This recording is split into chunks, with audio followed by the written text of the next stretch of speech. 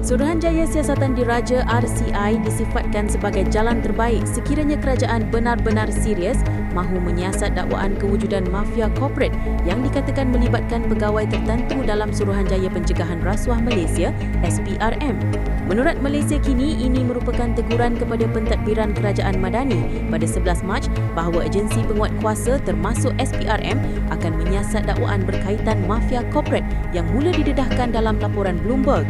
Sebuah badan pemantau rasuah dan penggubal undang-undang berkata agensi yang dituduh terlibat dalam kegiatan mafia itu iaitu SPRM tidak boleh menyiasat dirinya sendiri.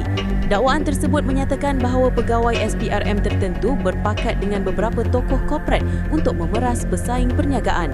Pusat Memerangi Rasuah dan Kronisme C4 menyifatkan arahan kabinet itu sebagai respons lemah yang mengecewakan terhadap dakwaan terbabit sambil menegaskan ia tidak mencapai tahap kebebasan dan penelitian yang sewajarnya diharapkan orang awam. Ketua Pegawai Eksekutifnya Pushpan Murugia berkata penglibatan SPRM dalam siasatan itu menimbulkan kebimbangan serius mengenai konflik kepentingan institusi.